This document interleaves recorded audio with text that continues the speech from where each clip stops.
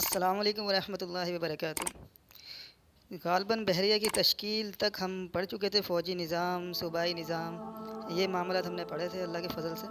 خلیفہ کے اختیارات میں اضافہ، نظام حکومت۔ تو اب پولیس کا نظام ہے، تو میں نے سوچا کہ ان کو میں پڑھنے کے بجائے تھوڑا سا اس کا سامنے آیا تھا معاملہ، تو وہی کافی ہوتا۔ اگر کوئی پڑھنے کا شوقین تو وہ ٹاپک پڑھ سکتا ہے کہ پولیس کا نظام ماشاءاللہ سے حضرت معاویہ کے دور میں جس طریقے سے چلا وہ آپ کے سامنے ہے کہ وہ ایک معاملہ چل رہا تھا۔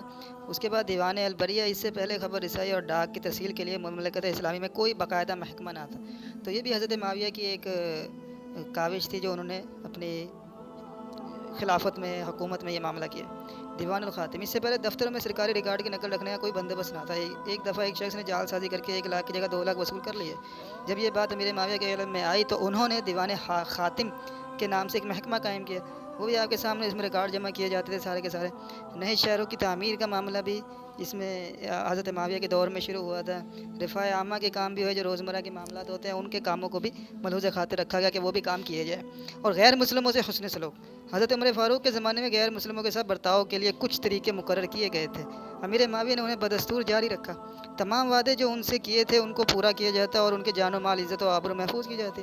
انہیں عبادت و اجتماع کی آزادی تھی۔ خلافت راشدہ کے زمانے میں غیر مسلموں کو کلیدی اسامیوں پر فائز نہیں کیا جاتا تھا، لیکن امیر معاویہ نے یہ روایت ترک کر کے انہیں اعلیٰ مناصب پر فائز کیا، مطلب ان سے بھی خدمات لیں۔ حالانکہ چلیں، ان کا طریقہ کار تھا، حکمت عملی تھی حضرت معاویہ کی جیسی بھی تھی۔ امیر معاویہ کی حکمت عملی، چلیں اب آ گئی۔ امیر معاویہ رضی اللہ عنہ قریش کے ایک معزز خاندان سے تعلق رکھتے تھے۔ ان کی شخصیت مجموعہ صفات تھی۔ عربی سوانحی اور تاریخی ادب میں شاید ہی کوئی کتاب ایسی ہو جس میں امیر معاویہ کی نرمی، ضبط اور تحمل کی صفات کو خراج عقیدت پیش نہ کیا گیا ہو۔ ان کی حکمت عملی کی سب سے نمایاں خصوصیت حلم تھی۔ ان کا یہ وصف تاریخی مسلمات میں شمار کیا جاتا ہے، وہ بے جاؤ بے وقت سختی کے قائل نہ تھے۔ مخالفین اور معترضین کی نکتہ چینی کا خندہ پیشانی سے جواب دیتے اس معاملے میں انہوں نے اپنے طرز عمل کی یوں وضاحت کی ہے: جہاں کوئی میرا کوڑا کام کرتا ہے وہاں میں تلوار کام میں نہیں لاتا۔ چلیں، یہ بھی کافی حد تک تفصیل بیان کی گئی ہے، دور اندیش تھے حضرت معاویہ رضی اللہ عنہ، کوئی اس میں خاصیت نہیں، کیونکہ 19 سالہ خلافت اس طریقے سے چلانا بہت بڑا کارنامہ تھا۔ باقی یہ آپ کے سامنے ہے مکمل طور پہ، اس کو آپ پڑھیں، ماشاءاللہ سے اللہ تعالیٰ آپ کے علم میں اضافہ فرمائے۔ یہ بہت اچھی تحقیق ہے جو میں نے کی ہے اس کے اندر، لیکن میں کہہ رہا ہوں جب آپ کے سامنے ہے، اگر آپ کو دلچسپی ہو تو یہ پڑھ سکتے ہیں تاکہ میں زیادہ سے زیادہ کور کروں اور اپنے بہترین ٹاپکس صلح حسن کے بعد اور مزید خلفاؤں کو بھی اس کے بیچ میں لے کر آؤں۔ یہ آپ کے سامنے پوز کر کے پڑھ سکتے ہیں اس کو۔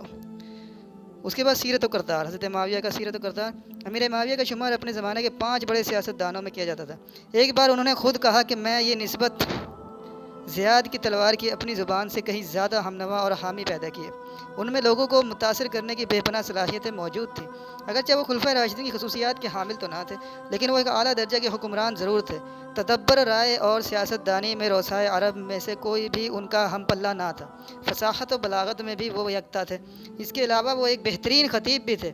خور و نوش اور رہائش، لباس اور عادات و اطوار میں شاہانہ طرز زندگی کے خوگر تھے۔ ان کے دربار سے کیسر و کثرت کی شان ٹپکتی تھی۔ درباریوں، شاعروں، دوستوں اور حاجت مند خواہ وہ دشمن ہی کیوں نہ ہو، وہ خسروانہ عنایات سے نوازتے۔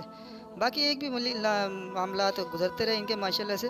حضرت معاویہ کا اس طور پہ اتنی وسیع حکومت کو لے کر چلنا کہ 19 سالہ دور میں کسی بغاوت کو اور بیرونی قوت کو سر اٹھانے کا موقع نہ ملے، قابل تعریف ہے۔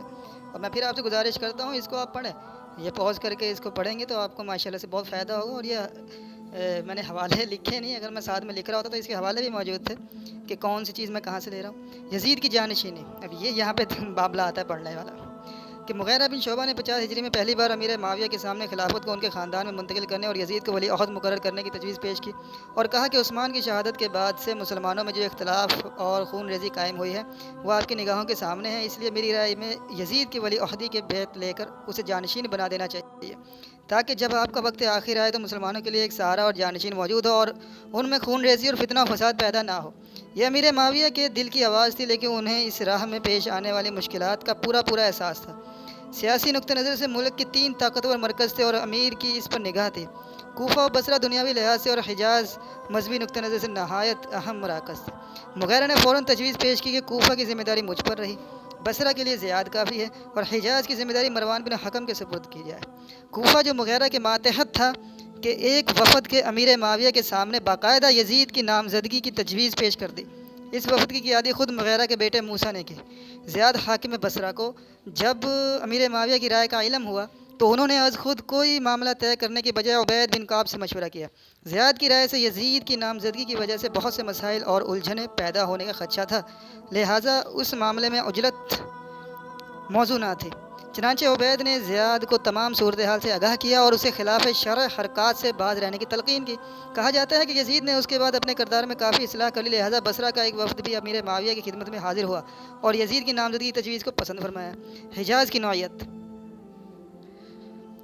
اس کو انشاءاللہ یہیں سے ہم آغاز کریں گے، حجاز کی نوعیت سے لے کے ابھی کافی طویل ہو گئی ہوگی ویڈیو بھی، تو اللہ تعالیٰ ہمیں عمل کی توفیق دے اور اس کو پڑھ کے دیکھیں۔ میں ساتھ ساتھ آپ کو یہ کہتا ہوں اس کو دہرایا بھی تو زیادہ بہتر معاملہ رہے گا۔ الحمدللہ رب العالمین۔